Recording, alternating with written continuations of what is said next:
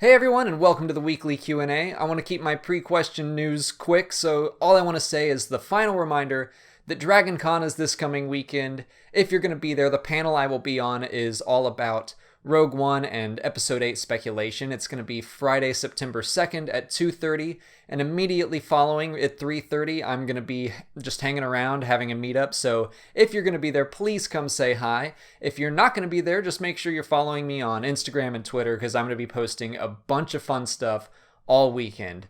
But all that out of the way, let's move on to the patron questions. Juan Saman asks my preferred viewing order, or what I would recommend to someone who's never seen Star Wars before. And I would say in their order of release, so 4, 5, 6, 1, 2, 3, 7. And I say that because that's the way that most people experienced them. The machete order is an interesting thought, but if it's your first time around, I would just go with order of release. Scott Collins wants to know if I'm ever going to join the 501st. I would really like to, although I might join the Rebel Legion first. It's basically the 501st, but like the Rebel side of things.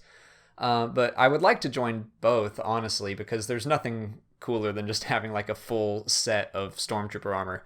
But really, it's just coming down to time to put together a costume and all that. But yeah, it feels like something I'm gonna do eventually, especially for things like Dragon Con, where just having a full-on like movie authentic, movie quality costume would be amazing. So yeah, it's something I will probably do at some point. I just don't know when. Casey Miller asks if there are any directors out there that I would like to see take on a Star Wars, either saga film or anthology film. And that's a really good question.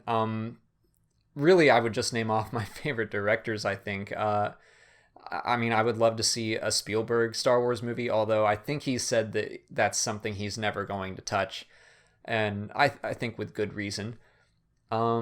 Christopher Nolan, I think, would do a great job.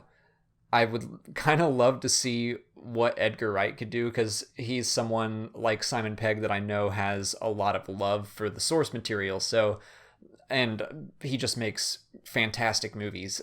He has yet to make a bad movie, in my opinion. So I think really I'd be up for anything. Any director that I'm a fan of, if they said that they're going to direct a Star Wars movie, I would be really excited about it. Joss Whedon, I'd be up for that. Just anyone that's known for making like lighthearted, fun films. I guess Christopher Nolan isn't really known for that, but I could see him taking something with a little darker feel. But there isn't any one person I have in mind. Like, Disney so far is handling the Star Wars movies a lot like they're handling the Marvel movies. They're kind of taking risks with lesser known directors, and I applaud them for that. And I think that they're going to do a good job. I think they're going to pick good directors, and so far they've been surprising me with their choices, but I haven't been angry about any of them, so I'll just let them keep doing what they're doing. Not that I have any control over who they choose. Adam Amaya wants to know if I would like to see the Yuuzhan Vong as like the major villains in the next trilogy of films. I don't know. Maybe not the next trilogy. It seems like I wouldn't mind seeing the Vong.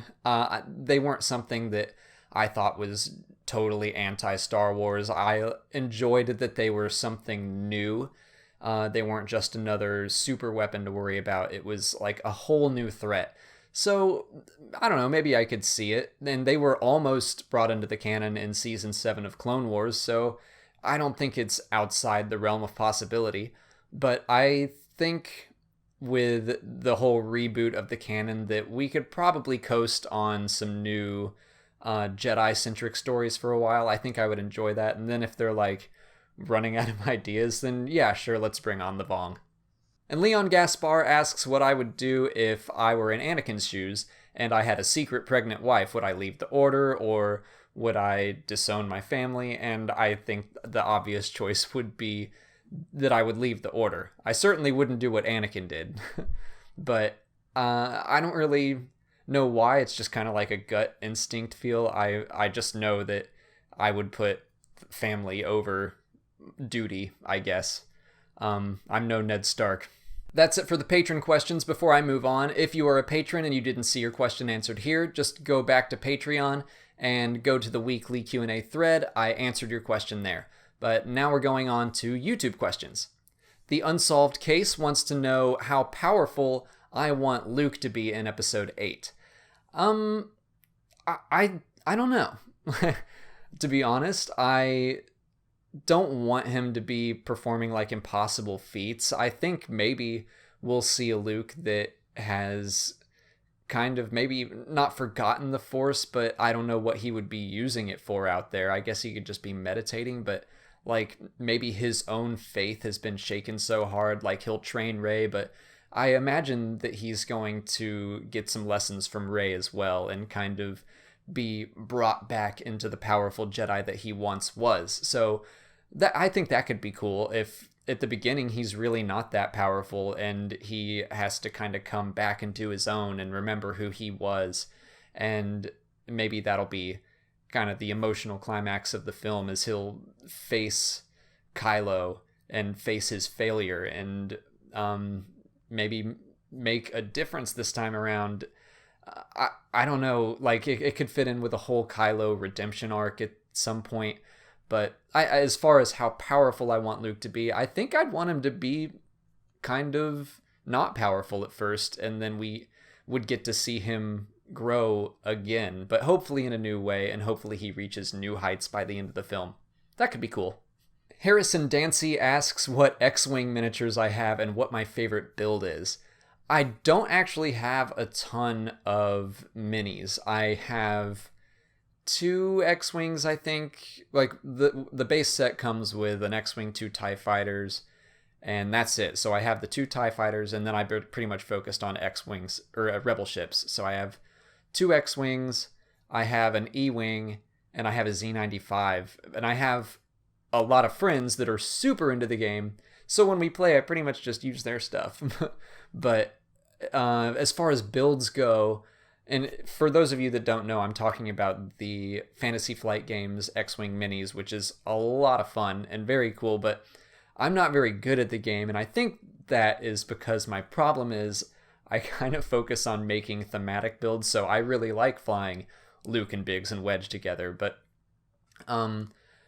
something that I like to kind of spread it all out, so I'll try to do an A-Wing, a B-Wing, an X-Wing, a Y-Wing, and an E-Wing, and I'll just have like all low pilots, so it's kind of like this little rebel swarm. Another thing that I thought was really fun was I put R2-D2 in with Corran Horn's E-Wing, and Corran can just kind of like speed out of there and keep recharging his shields. I remember annoying one of my friends a lot with that.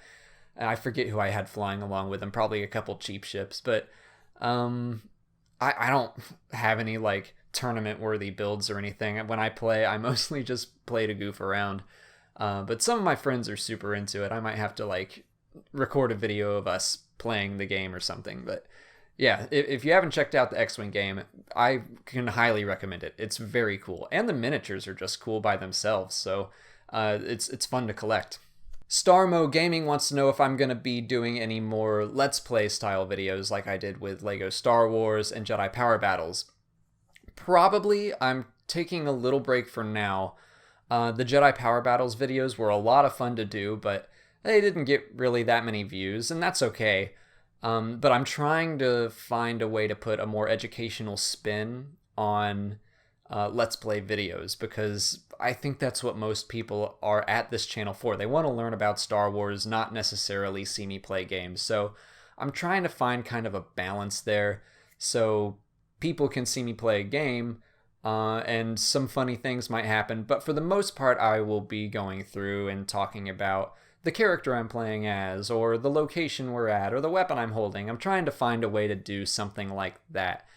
But if there's a game that you just want to see me play through once a week, then I could be down for that. Or alternatively, what I think I would really love to see is if I were able to do this channel full time at some point, then maybe I would just do a weekly or multiple times a week. I would just stream a Star Wars game and we'd play through all of them together. And I think Twitch might be a better avenue for that, because on YouTube, where my real audience is, they're here for education, and I just don't want to like polarize my audience, you know?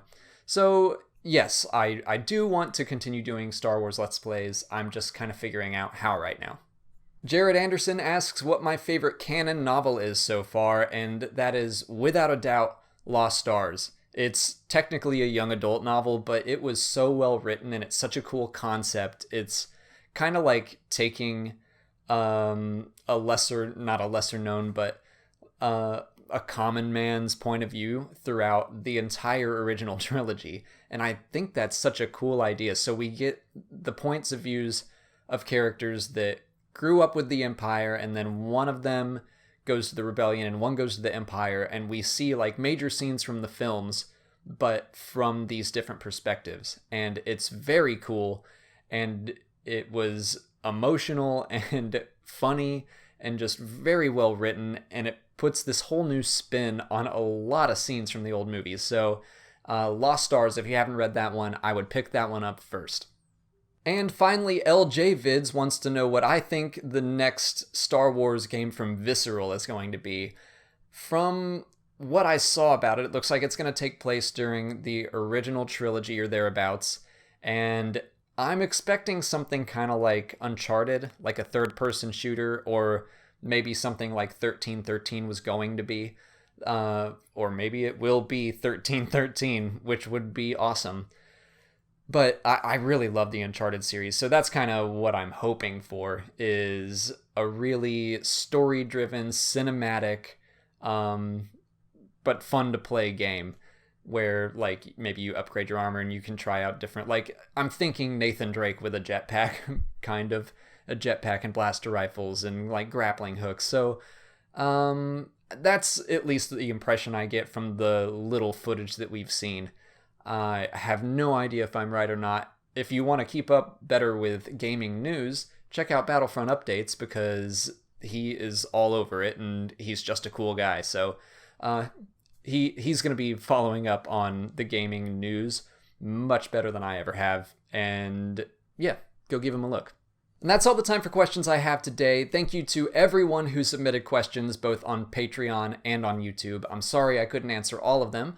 But to leave a question for next week's Q&A, just leave a comment here or head on over to Patreon, become a patron, and there is a weekly Q&A thread. And also, thank you so much to all my new patrons that came in this past week. Your support means so much to me. I think that's it. If you haven't already, please follow me on Instagram and Twitter. Subscribe to the channel, of course. And as always, thank you so much for watching, and may the Force be with you.